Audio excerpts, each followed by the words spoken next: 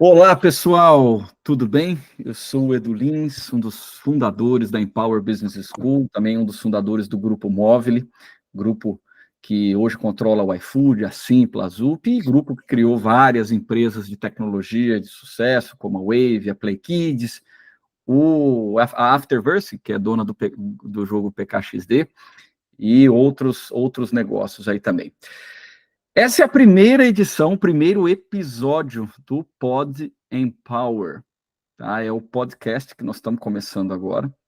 E eu trouxe um grande amigo meu para começar um papo respondendo essa pergunta aqui: qual o maior desafio para empreender nos dias de hoje? Rodrigo Barros, meu amigo, tudo bem? Bem-vindo ao podcast da Empower Business School. Que honra, grande Edu, cara, um prazer enorme estar aqui. Você sabe, né, antes de responder a tua pergunta, você sabe, em primeiro lugar, que eu sou um admirador do teu trabalho, você é um craque, mas mais do que isso, eu sou muito grato ao que você representa na minha vida.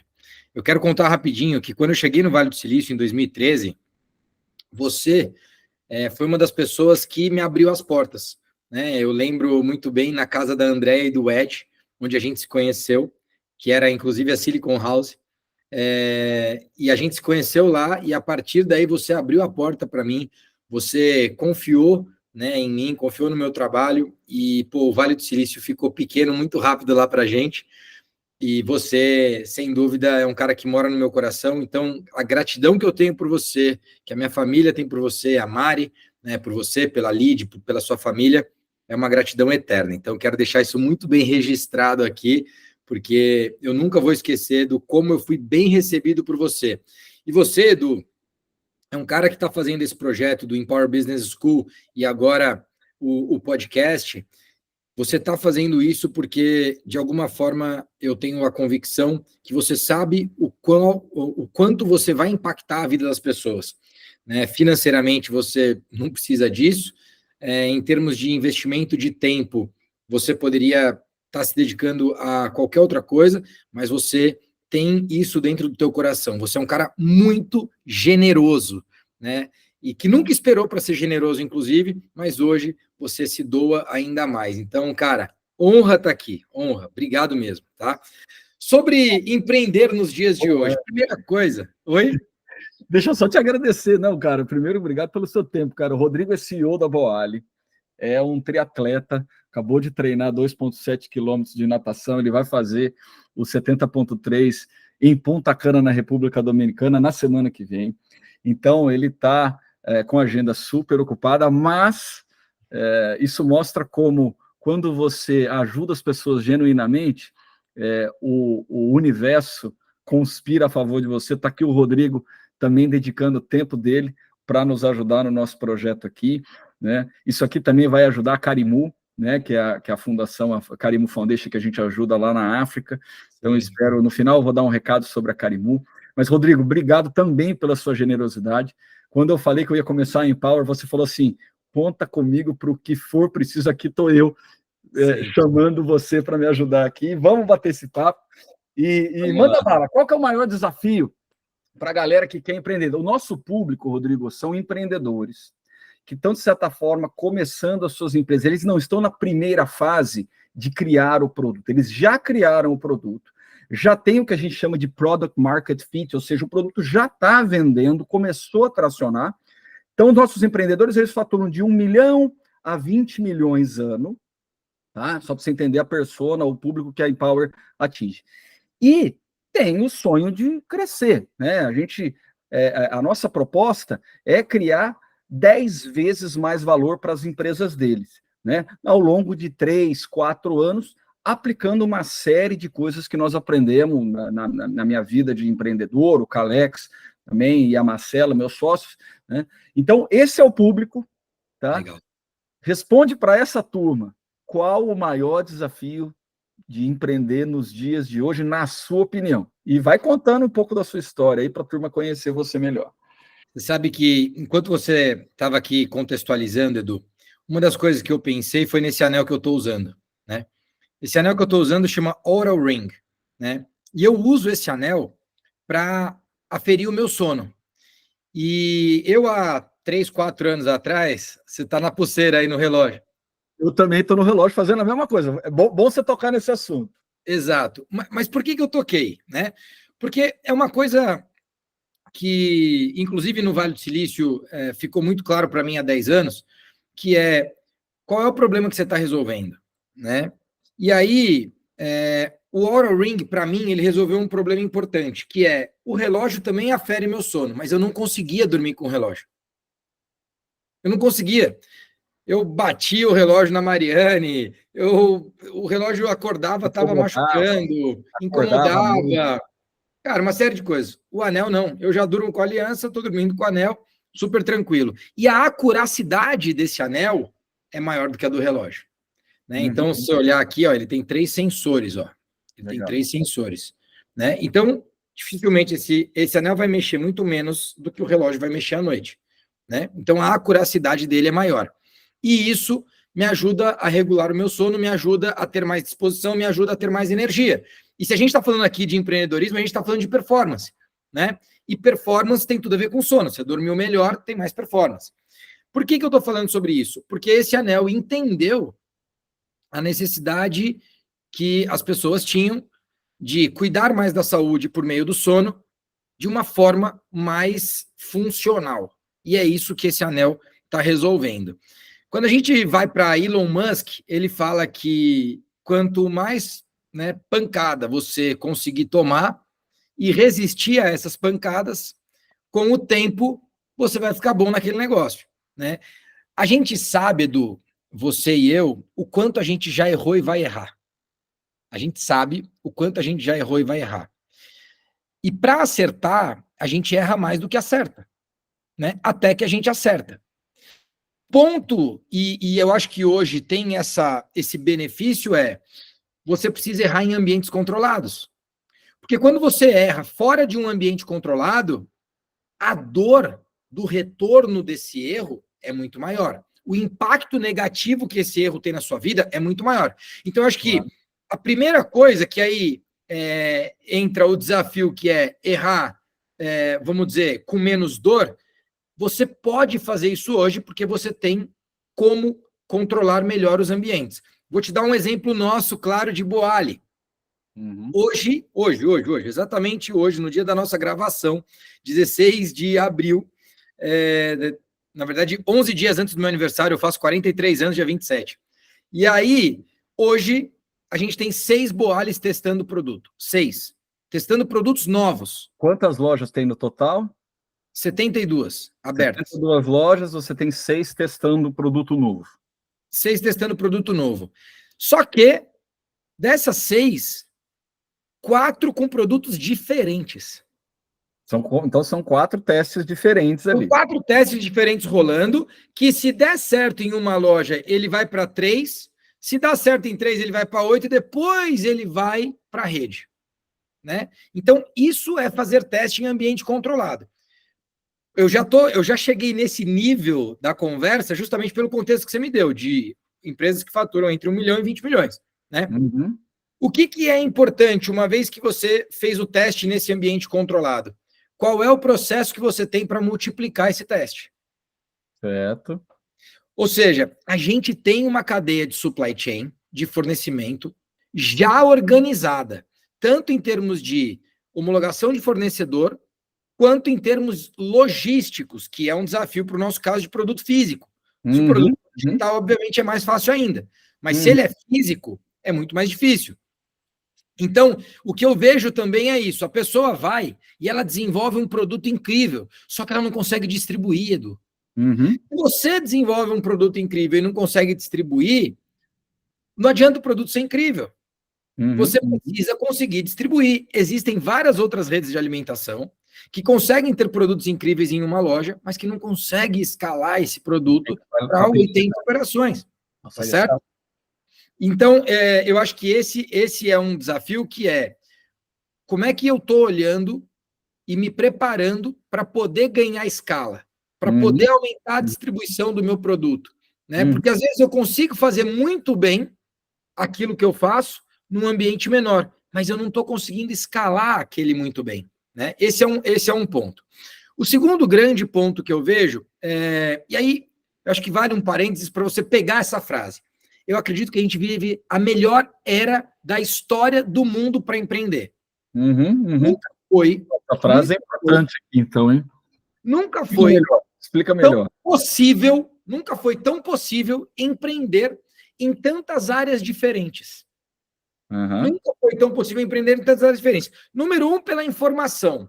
Hoje, você e eu estamos conectados. Eu estou em Ribeirão Preto, interior do estado de São Paulo, e você está na Flórida, nos Estados Unidos. E a gente está aqui super conectado, ao vivo, falando. Isso seria uma coisa maluca. Há 10 anos atrás, quando a gente morava aí, dava para fazer, mas pô, a conexão não era tão boa, a velocidade não era tão boa, e por aí vai. Há 20 anos, então, aí, pô, loucura. A pandemia também foi muito ruim para a humanidade numa série de coisas, mas empurrou essas conexões também, né, Rodrigo? Obviamente, isso agora está tendo uma série de consequências, mas a pandemia quebrou um pouco os paradigmas e ficou natural conectar virtualmente, né? Muito, muito. E aí, então, assim, entendendo que a melhor era da história do mundo para empreender, na minha opinião, obviamente, eu acredito o seguinte: uma das coisas que, antes de você pensar em resolver muita coisa,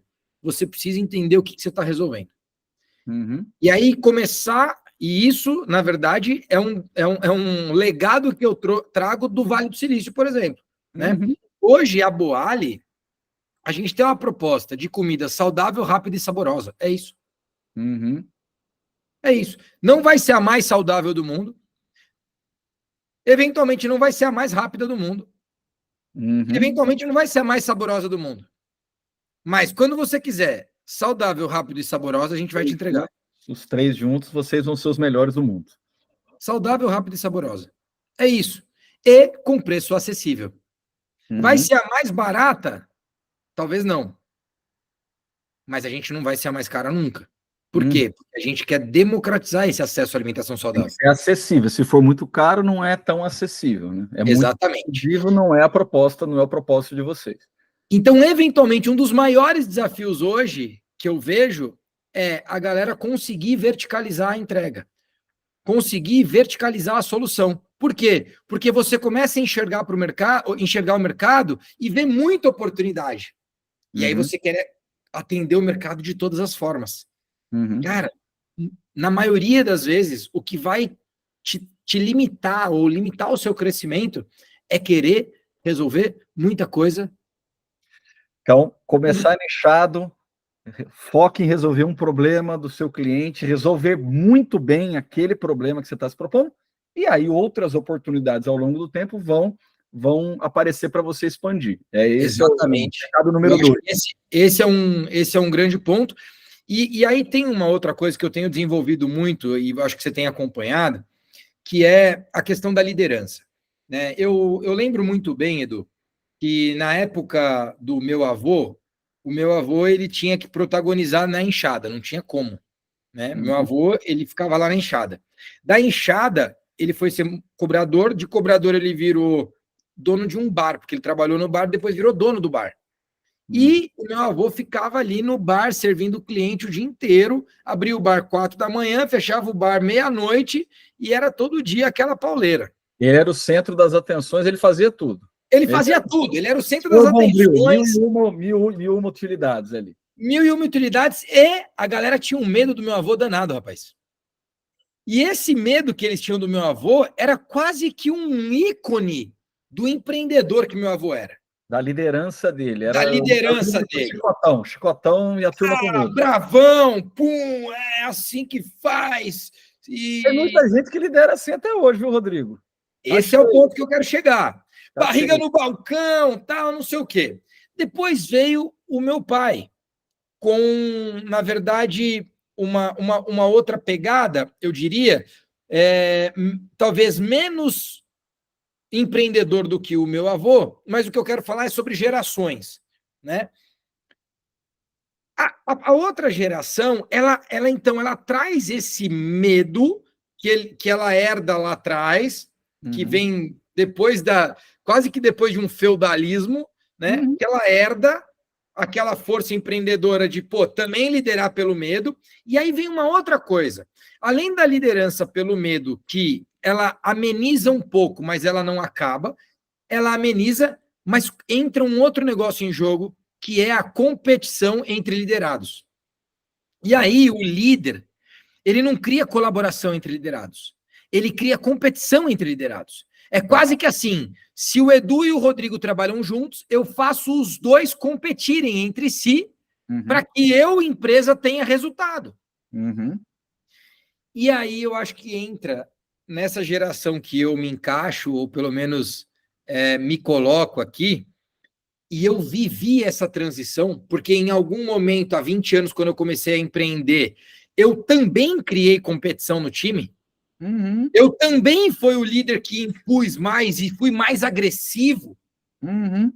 E eu vivo ao longo desses 20 anos, e aí especialmente nos últimos 5 anos, eu vivo uma transição de trocar a agressividade pelo amor. E aí, quem está assistindo às vezes fala, pô, mas daí agora virou não sei o quê, novela. Não. Não faz mais nenhum sentido, com acesso à informação, com toda a conectividade que existe, não faz mais nenhum sentido alguém trabalhar para você por medo. Nenhum sentido. Ao contrário, eu acredito que a gente vive a era da liderança pela segurança. Se eu te admiro, eu te respeito. Se eu te respeito, eu confio em você. E se eu confio em você, eu tenho segurança em estar com você. Sim. Eu falo hoje para os nossos franqueados o seguinte, Edu. Um dos lugares mais seguros, se não o mais seguro, e eu diria que para a maioria das meninas que trabalham com a gente, são mais de 500 pessoas, a maioria das meninas, o lugar mais seguro da vida é dentro da Boali. Porque essas meninas, quando estão na rua, elas passam por problemas, e dentro de casa, muitas vezes, elas sofrem agressão física, até física, ou muito verbal, muito oral, seja do pai, seja do marido, e por aí vai. Então, hoje, eventualmente, na maioria dos casos, o lugar mais seguro dessa menina é dentro da Boali. Então, o que eu falo para os nossos franqueados é, cara, como é que você está gerando segurança? E aí a liderança, ela larga o medo e ela vai para a segurança. Medo é um sentimento que todo mundo sente. Todo mundo. Eu tenho medo de alguma coisa, você tem medo de outra. Quando o Rodriguinho sai, talvez, para brincar na rua, eu falo, pô, será que, né? Aquele medo que a gente tem. Enfim, não importa. Todo mundo aqui, no final do dia, se tiver uma liderança por segurança, vai gostar muito mais. Então, eu acho que essa é uma substituição importante do empresário de hoje, que é entender que você, empresário, é líder. E você, empresário, tem que liderar por segurança e não mais por medo. Essa é a primeira coisa. E a segunda coisa, não dá mais para falar para o time competir, o time precisa colaborar. Não é mais sobre competição, é sobre colaboração. Não é mais sobre competição, é sobre integrar os diferentes talentos. É sobre você pegar o cara que, eventualmente, vai melhor em uma posição e o outro que vai melhor em outra, e eles estão no mesmo time, seja no time financeiro, ou no comercial, ou no time de supply, ou no time de produto, não importa. Eles são complementares. Eles não devem competir entre si para gerar mais resultado para a companhia. Eles precisam colaborar entre si para gerar mais resultado para a companhia. Então, galera, quem acha que isso é frase pronta, frase de efeito do Rodrigo, eu estava no South by Southwest, o maior evento de tecnologia lá em Austin, no Texas, há um mês atrás. Eu assisti uma palestra brilhante, uma das melhores palestras que eu assisti na minha vida, da Lauren Santos, que é uma pesquisadora. Ela pesquisa a felicidade das pessoas dentro do ambiente de trabalho. O que a Lauren Santos concluiu, com dados, e aí dá mais lucro, ela pega as empresas que fazem isso, a ação vale mais, o EBITDA... Lauren Santos, Edu. Lauren Santos, brilhante, pesquisadora brilhante, e uma das melhores apresentações que eu vi na minha vida. Procura essa apresentação Vou dela. anotar aqui, depois se você tiver material, vou pedir para você me mandar. Muito boa. E ela fala o seguinte, o que motiva as pessoas a serem felizes dentro do ambiente de trabalho e produzirem é o senso de pertencimento. Está conectado com o que o Rodrigo está falando? O Rodrigo está falando criar um ambiente seguro para a pessoa se sentir pertencente àquela cultura, né? Sim.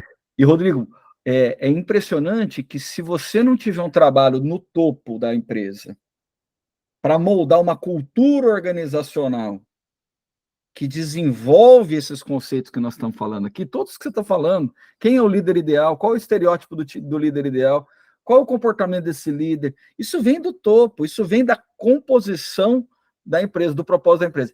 Se você não fizer isso, você não resolve o problema. Não é fazer manual ensinando, não é botar na parede que tem que fazer isso, não é. Você tem que viver esse propósito. É uma das coisas que a gente fala na mentoria Rumo ao Bilhão, e você está validando aqui como um exemplo real. E olha que legal isso que você está falando, e só fazendo um adendo. Por que eu falei sobre isso?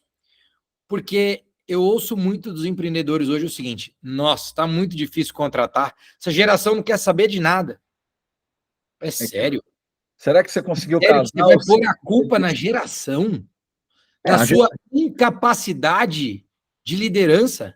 É isso aí. E outra, você vai mudar a geração? Você tem que mexer nas coisas que você controla, meu amigo. Você não adianta. É isso. Não, governo, e outra, geração, assim. a guerra na Ucrânia. Você vai mudar a guerra da Ucrânia? Não vai. Vai mudar a geração? Não vai.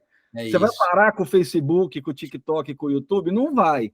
Então, não, ao contrário. Tem que se adaptar, né? E criar o vínculo com essa geração. E tem gente que vai fazer melhor. Até porque, Edu, vamos ser sinceros, o meu avô falou isso da geração do meu pai, o meu pai falou isso da nossa geração, e assim por diante. Assim, cara, é um ciclo, é um looping. Ô, Rodrigo, só complementando a segunda parte que você falou no último comentário seu, sobre integrar os talentos. Se você quer um livro, referência de quem fez isso muito bem, leia o livro Principles, ou Princípios, do Ray Dalio. E lá ele fala, e nós fizemos esse exercício lá atrás na Móvel, ele fala da importância de você entender as diferentes personalidades do seu time e você ser inteligente e estratégico para colocar essas personalidades diferentes atuando nas áreas onde elas têm maior potencial.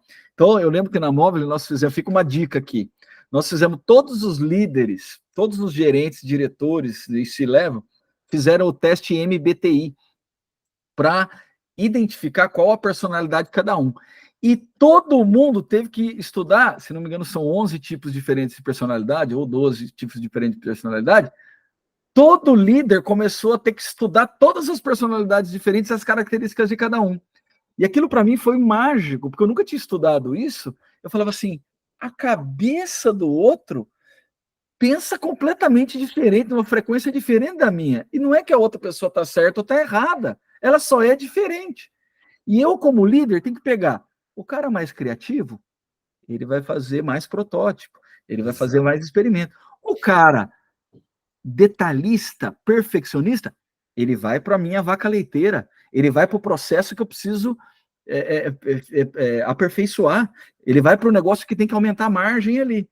Então, você como líder, entendendo as diferentes pessoas que estão ali no seu time, você precisa ter a sabedoria, né, para colocar isso nas funções estratégicas. Quando você vira essa chave, até você fala assim, você revê a sua posição. Você é só um membro da equipe. Você não é o vô do Rodrigo, que é o Bombril 1001 utilidades, não. Você é só mais um membro, que tem algumas coisas que você faz melhor e outras que você faz pior do que as outras pessoas, mas você é um membro do time. Né? Você é talvez um Bernardinho daquele time de vôlei, né? Onde é uma peça da equipe. O Bernardinho é uma peça ali tão importante quanto era o Giba, quanto era o Naubé, né? Então, quando você entende isso e tira o foco de você e coloca o foco no time, nas diferentes características e qualidades que tem seu time, cara, a sua carreira vai fazer assim como líder. Show. Rodrigão? Muito, muito, cara. E aí é uma coisa interessante, porque meu avô falava para o meu pai, o bar só dá para um. Então, assim, naquela época, pensar em escala com essa mentalidade era muito diferente, era muito difícil. E quem pensava um pouco diferente conseguia escalar. Então, hoje... e aí, falando sobre cultura, Du, né, tem alguns exemplos que eu gosto de trazer de cultura. O primeiro deles é quando a gente quando eu assumi a companhia como presidente, eu era, na verdade, eu já era sócio fundador da companhia, mas eu não era presidente, porque eu tinha outras atividades, você sabe, e aí a gente, fundador da Boali, né, porque antes existia a Salad Creations. E aí, quando eu vim para a companhia, eu assumi e marquei a primeira reunião como presidente da companhia. E nessa primeira reunião teve um cara que chegou 3 minutos atrasado, 3 minutos. E ele jogou o computador embaixo do braço, na época ele tinha uma posição financeira aqui na companhia. E aí eu falei para ele, pô, que horas são? Aí ele, 2 horas. Eu falei, não, olha direito. Aí ele olhou, 2h03. Eu falei, pois é, pode sair. Aí ele, pode sair? Eu falei, pode sair. Próxima reunião, você entra até 2 horas. 2 horas é assim, ó, até 2 horas, porque 2 horas vai começar. Então, eventualmente, chega 3 para as 2, para você poder se acomodar, sentar e tal. Mas 2 horas começa. Esse cara foi o exemplo para nunca mais ninguém atrasar numa reunião. E ninguém mais atrasou. Nunca mais. Agora, você também não atrasa, né, Rodrigo? É isso que eu ia falar. Liderar por exemplo. Não atrasei. Você Eu também não atrasei. Esse é o ponto. Mas é assim que a gente constrói cultura. Esse foi o primeiro caso. O segundo caso foi o seguinte: o cara, durante 3 semanas, me deu uma desculpa por semana. Na terceira semana, eu mandei ele embora. Por quê? Porque na empresa não trabalha nem mentiroso, nem azarado. Eu perguntei para ele se era mentiroso, ele falou que não. Eu falei, então você é muito azarado, bicho. Não é possível. Então não tem. Pô, colocamos na cultura. Mentiroso e azarado não trabalha.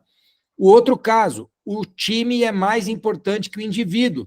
Teve um cara que ele se achava mais importante que o time. Eu mandei ele embora na primeira semana também. Como? Eu perguntei para as pessoas, pô, quem você acha que acaba atrapalhando o time? Esse cara é o cara que mais citou o número de pessoas e foi o mais citado. Eu chamei ele e falei, o time é mais importante que o time, tô te despedindo aqui, se você entender minha mensagem, você vai aprender a trabalhar em grupo. Outro recado para os nossos empreendedores aqui. Você não deve demitir por uma baixa performance. Você deve demitir por não alinhamento com a cultura. É isso. Às vezes as pessoas E esses exemplos que eu estou te dando, Edu, é o que forma a cultura. Porque não adianta você escrever na parede, seja pontual. Você escreveu lá, o cara chegou atrasado, não aconteceu nada, você chegou atrasado também, como que você vai ser pontual? Como que a cultura vai ser pontual? Agora, se você fizer aquilo que você quer para a cultura nada mais é do que um organismo vivo da companhia. Aquilo que a companhia vive, a cultura se torna. Aquilo e a cultura, ou ela vem da liderança, e a liderança vai estipulando, ou em algum momento a cultura pode se formar fora da liderança. O que daí, amigo, é você perder o controle da companhia, é você perder a gestão da companhia. Então, assim, se você não reflete aquilo que você quer para a cultura, e você é o presidente da empresa, não vai ter jeito. Você está perdendo o controle total. Não vai ter jeito. É isso aí. O Marcos Marx, que você até me apresentou ele, nós tivemos uma conversa muito legal lá. Ele falou uma coisa muito legal, né? Que a cultura é o gerente fantasma, né? É o gerente que gerencia sem precisar estar presente ali, né? É a forma com que você cria o comportamento das pessoas, né? Que você molda o comportamento das pessoas e não precisa ninguém ficar tomando conta, né? Claro. Agora, para montar isso leva tempo e tem que liderar pelo exemplo. Rodrigo, eu tenho uma outra pergunta para você. Você falou de medo aqui, eu já tinha escrito, olha que coincidência, eu já tinha escrito uma pergunta sobre medo. Por que eu vou te fazer essa pergunta? Muita gente nos dias atuais vivem muito de aparência e ainda acham que tem que ter aquela imagem de Mulher Maravilha ou Super-Homem, tá? E, por outro lado, tem vindo uma série de ondas, né, que falam de vulnerabilidade, que falam dos benefícios de você entender seus medos, entender sua vulnerabilidade. E eu sou uma prova viva disso. Quando eu comecei a fazer terapia, a dona Mara, minha psicóloga, ela começou a me fazer descobrir quais são os meus medos, ou quais os medos que eu tenho lá atrás do meu inconsciente, e isso me tornou um líder melhor, mais confiante, mais seguro. Pergunta, né? Qual decisão que você tomou na sua vida profissional que você sentiu mais medo? E como é que você acha que as pessoas hoje, em geral, lidam com os medos delas no ambiente corporativo? Caraca, pô, super profundo, hein, meu? Pensa aí. Quando que deu aquele frio na barriga que você falou, cara, não sei o que fazer, tô com medo de tomar essa decisão?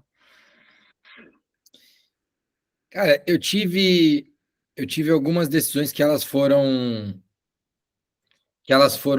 muito transformadoras na minha vida.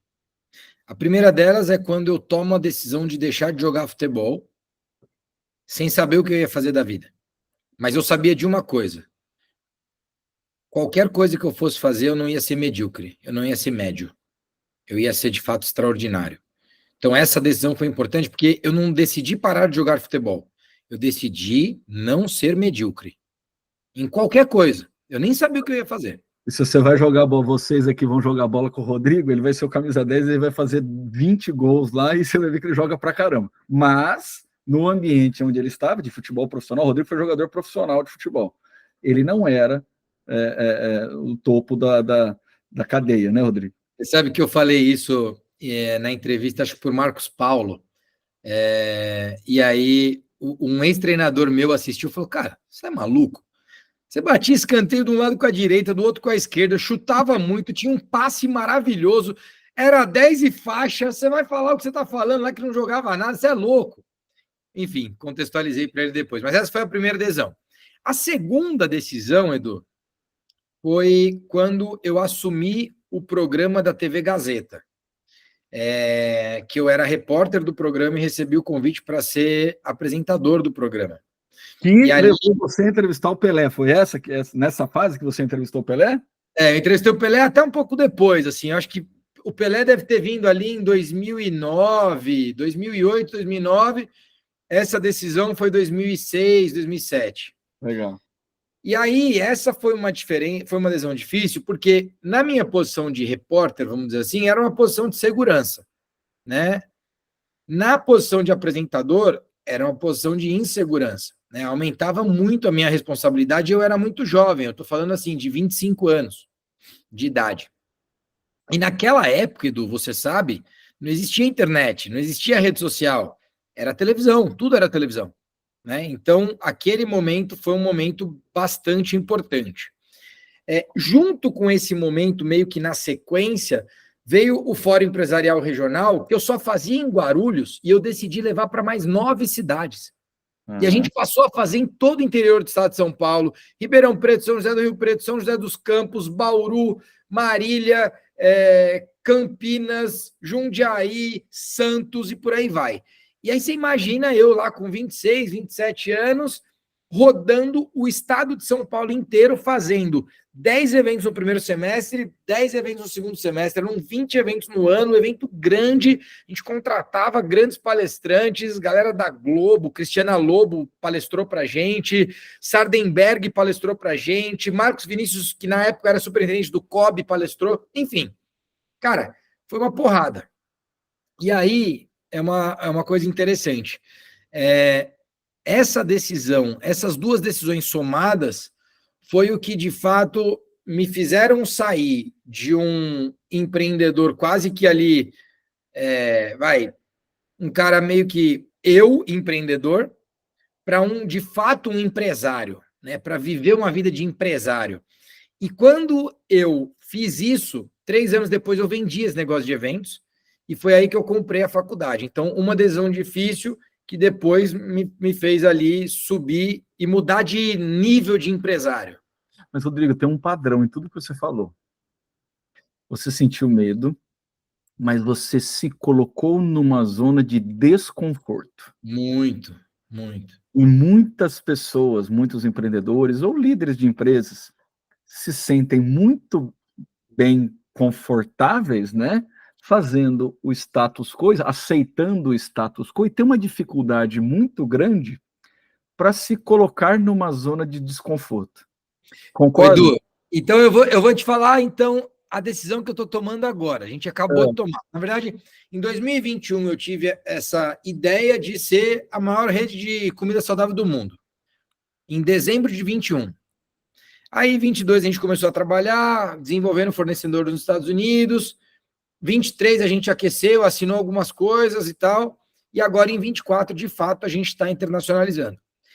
Aqui no Brasil, a gente vive a melhor fase da nossa vida, a fase mais tranquila da nossa vida em termos de, assim, cara, tá tudo certo. A gente continuar do jeito que tá tudo bonito, tá tudo certinho. Continuar crescendo ali, tá indo bem. Tranquilo. Nós vamos abrir Boali em Miami, Orlando e New Jersey, nos Estados Unidos. Aí, mais E uma nós vez, vamos, colocando numa zona de desconforto. e nós vamos abrir Boali em Portugal. Você falar assim, e aí, tranquilo? Tá morrendo de medo, tá com frio na barriga Puta danado. frio na barriga, velho. Mais do que naquelas montanhas russas A da Universal lá, da Disney, lá Disney. da Universal, da Disney. Pelo amor de Deus, aquela é uma loucura. Baita frio na barriga. Então, assim, eu vou para essa zona de desconforto. Mas tem uma coisa importante aqui, Edu, que é o seguinte. A galera fala, tá com medo, vai com medo mesmo. Eu acho o seguinte, tá com medo, você tem se preparado? Porque isso é importante. Tá com medo, vai com medo mesmo, é Você pouco estudou, profundo. falou com gente que já fez, procurou um mentor mais experiente. Exato. Sabe, quem tá com você nisso? Com quais pessoas você tem se relacionado? Quem são os teus fornecedores? Quem são os teus parceiros de negócio? Como é que você se preparou para esse momento?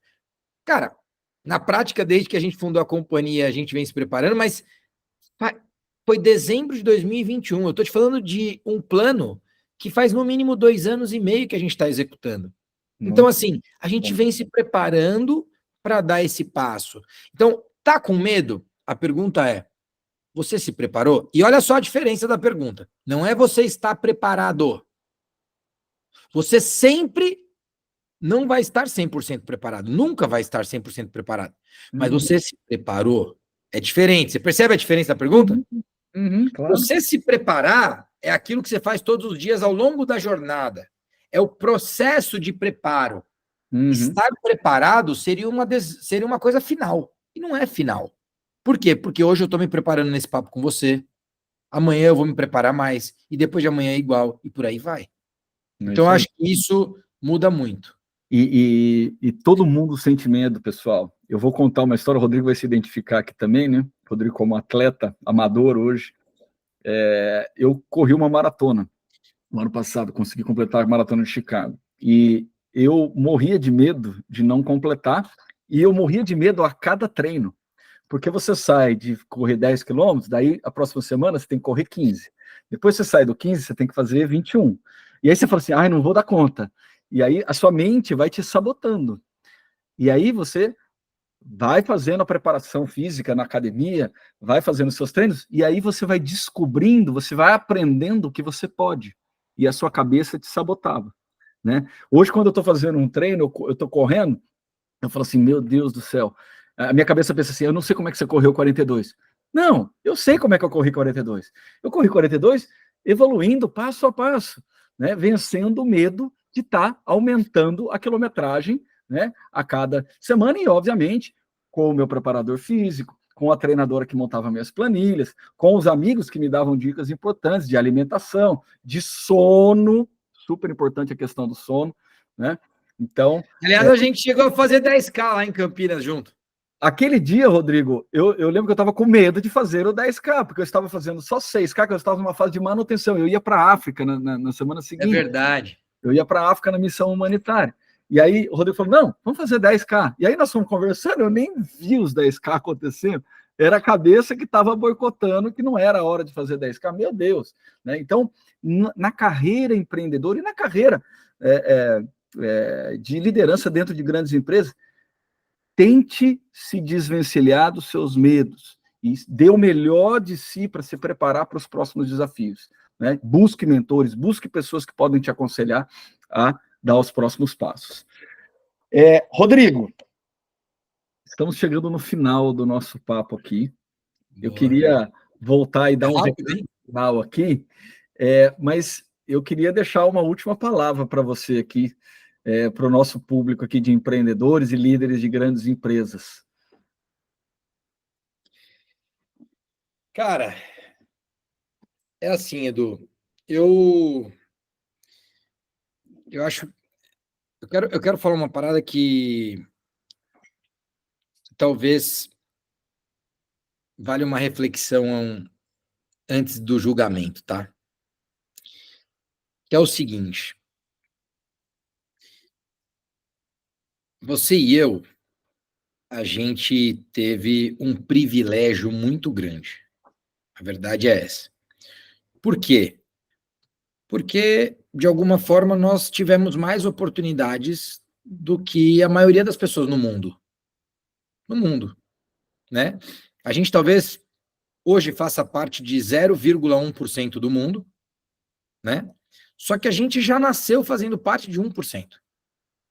Então, Concordo totalmente, concordo bastante. na boa, porra, nunca foi muito difícil. Foi desafiador, tem vários perrengues que a gente passou? Tem. Mas, cara, aquela história de construir o herói, a jornada do herói, cara, não, velho, não. E a gente nunca se colocou como vítima, porque eu conheço bem você, e você me conhece bem. A gente nunca se vitimizou por conta disso. Uhum. O que acontece hoje é que tá muito fácil você se colocar em posição de vítima. Muito fácil. Uhum. Cara, é um perrenguezinho. Mudou a política, não sei de onde. Desiste do projeto, desiste da empresa, desiste Cara, do chefe, desiste do professor, desiste da faculdade. cara. Então, assim, Edu, a minha palavra para o empreendedor é para de se vitimizar, porra. Uhum. Para de achar que as coisas só acontecem com você, só acontecem na sua vida. Porque se fosse em outro país seria diferente. Você já empreendeu em outro país? Você já Uhum. montou negócio lá nos Estados Unidos? Já montou em Portugal? Já montou na Finlândia, que todo mundo. Vai lá montar. Vai lá pagar imposto lá na Vai Finlândia, lá né? pagar 52% de imposto. Que baratinho que é. Vai enfrentar as leis 52. trabalhistas da França para ver que fácil que é. Cara, na França o cara ganha mais que 20 mil euros por mês. 11 mil não é dele, pô. É. Então, assim, para de se vitimizar. Essa é a primeira coisa. E por que eu falei no começo, né, cara? Antes de julgar, reflete. Porque a primeira coisa é, esse cara não sabe o que ele tá falando. Para de se vitimizar. Vê o quanto que você está reclamando do outro. Vê o quanto que você está reclamando do governo, do presidente, do funcionário que não quer trabalhar. Porra, para. É. Cara, é impressionante o quanto o teu resultado pode mudar com isso. Impressionante. E mudar E a cabeça, aí, né? Muda o mindset, né? Se muda, mudar o muda, mindset ajuda tal. muito. Muda tudo, muda tudo. Eu acho que esse é o primeiro recado. E dentro desse primeiro recado nos últimos 20 anos, a extrema pobreza no mundo caiu pela metade. Opa, esse assunto tem a ver com o meu próximo recado aqui, mas vai. Nos Vai. últimos 100 anos, o número de mortes por desastre natural caiu menos da metade. Uhum. Isso quer dizer que o mundo está melhorando. Uhum. Uhum. O mundo não está piorando. E tem vários outros indicadores, eu só trouxe dois. Tem vários outros indicadores. Se o Combate mundo está a doenças, melhorando, né? Combate a malária, combate a várias doenças que matam, né? exato. Se o mundo está melhorando, faz só a tua parte. Porque essa coisa de você se vitimizar é de ficar culpando o mundo pelos teus resultados. Esquece, faz só a tua parte. O mundo já está melhorando. Então, essa é a primeira parte do recado e da mensagem. A segunda parte, Edu, que aí eu acho que vai mais para o lado da gestão mesmo, eu acho que é o seguinte. Eu falei muito de distribuição lá no começo. E eu acho que esse preparo da distribuição, ele é fundamental, ele é super importante. Mas a segunda parte não ter um planejamento de 10 anos não quer dizer que você não precisa ter uma visão de 10 anos. Uhum. Eu concordo que o seu plano de ação pode e deve ser de 3 meses. E que você deve ter, talvez, algum macro objetivo do ano ou bianual. Mas você precisa ter uma visão de longo prazo. Tem que ter um sonho grande, você tem que ter a visão ali, até para a turma te seguir, né, Rodrigo? Senão. Cara, porque é essa visão que vai direcionar o teu futuro, é essa visão que direciona o dia a dia da companhia. Então, tem gente que fala, não, mas eu nem sei o que eu quero. Esse é o problema. Não saber o que você quer para daqui 5 anos, para daqui 10 anos, pode ser que vai mudar? Sim, pode ser que vai mudar. mas é importante você conseguir desenvolver isso.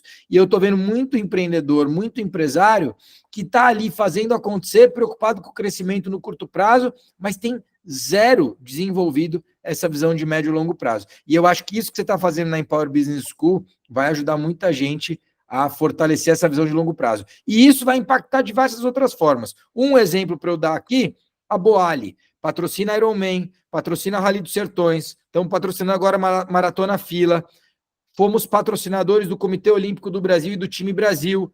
Tudo isso não era pelo curto prazo, não era para 2022, 23, 24. Tudo isso é para 2030, para 2040. E quando a gente faz esse tipo de ação, quando a gente toma esse tipo de decisão, o time entende para onde é que a gente está olhando, e aí o time quer participar desse jogo, pô. Você cria a máquina que vai andando, a locomotiva que está andando para a direção certa. É isso aí. É isso. Muito bom, boas mensagens aqui. Rodrigo, deixa eu finalizar aqui, só complementando o que você falou. A gente na Empower, a gente tem o nosso canal aqui, então, se você gostou, assine o nosso canal, tem muito conteúdo gratuito aqui no nosso canal, tá? Então, não deixe de assinar o nosso canal. E tudo que a gente faz na Empower, eu estou doando 50% da minha parte para a causa da Karimu Foundation, tá? Então, a Karimu, ela é uma ONG na Tanzânia que luta contra a pobreza extrema. O Rodrigo falou que caiu pela metade a pobreza extrema no mundo nos últimos anos, mas isso se deve ao trabalho de muita gente que está dedicando um pouco do seu tempo, um pouco do seu dinheiro para ajudar. E a gente, na Karimu, fez uma metodologia que a gente tirou 15 mil pessoas da extrema pobreza. Eles não tinham água nas casas, eles não tinham banheiro nas escolas, as cozinhas, né? Olha aqui, ó. Isso é um banheiro de uma escola que a gente ainda não conseguiu resolver na Tanzânia, tá? Isso aqui é uma cozinha numa escola que a gente ainda não conseguiu resolver na Tanzânia, tá? Então, a gente, com 5 milhões de dólares nos últimos 15 anos, a gente tirou 15 mil pessoas da pobreza extrema. Aqui estou eu, em julho do ano passado, numa sala de aula lá na Tanzânia, e agora a gente está expandindo para tirar 25 mil pessoas da vila do lado, a vila de Ari, né, do lado da vila de Ayalagaia, da extrema pobreza. Nós precisamos de 6 milhões de dólares nos próximos 3 anos. Tá? Então, se você quer fazer alguma coisa, acesse o nosso site, karimufoundation.org. Você pode ver as viagens que a gente faz para a Tanzânia. Se você se interessa em ir lá conosco como voluntário, a gente tem uma viagem agora no final de junho de 2024, vai ter uma outra viagem em novembro de 2024, e no meio de 2025 nós devemos fazer mais uma viagem de voluntários. Se você se interessou, faz uma doação, está aqui para quem está fora do Brasil, né? Na galera que mora fora do Brasil, o QR Code. Já peguei meu QR Code aqui, ó. Boa, Rodrigo, obrigado. Quem está no Brasil, faz pelo checkout da Lab of Change, que é uma ONG também parceira nossa, tá? E aí você vai estar ajudando a gente a tirar essa comunidade da extrema pobreza. E eu vou garantir aqui com minha credibilidade que o dinheiro vai ser bem gasto, tá? Tem um monte de dinheiro meu doado lá, que eu vou lá conferir se as escolas estão sendo reformadas, se os banheiros estão sendo construídos, se as cozinhas estão sendo reformadas. E se você gostou desse conteúdo que o Rodrigo produziu comigo aqui, também tem a nossa mentoria, a Rumo ao Bilhão. Aqui o QR Code para você pegar mais informações. Pesquisem, sigam o Rodrigo nas redes sociais. O Rodrigo também tem a mentoria dele, que eu altamente recomendo. Tá? Então, o Rodrigo... tem vários alunos nossos que fizeram também a mentoria do Rodrigo. Né? Então, verdade. É complementar ao que a gente está fazendo. Então, escaneie o QR Code aqui e você vai ficar sabendo mais do que a Empower está fazendo para os empreendedores no Brasil. Galera, foi ótimo, adorei. Rodrigo, sem palavras para agradecer a sua generosidade em estar trocando essa ideia comigo aqui. Muito conteúdo legal, espero que muita gente aproveite isso. Desejo sorte no Ironman, tá? Obrigado, cara. Conta comigo na Boali também. Desejo muita sorte na expansão da Boali. E acho que você está no caminho certo. Aí você aprendeu um pouco lá no Vale do Silício como fazer inovação, essa experimentação, você já está craque aí. Acho que você vai lá. Obrigado demais. Eu quero te agradecer de estar aqui, um prazer, obrigado pelo convite. Mais uma vez, a gratidão que eu tenho por você, pela tua família. por tudo que vocês representaram para mim há 11 anos atrás. E eu quero dizer o seguinte, Edu, esse trabalho que você está construindo vai muito além, você sabe disso, vai muito além da formação dos empreendedores que estão passando por aqui. Ele vai chegar nas famílias que são empregadas por esses empreendedores. Então, a semente que está sendo plantada aqui, ela transforma o Brasil quando a gente olha para 10 anos. Ela transforma o Brasil quando a gente olha para 20 anos.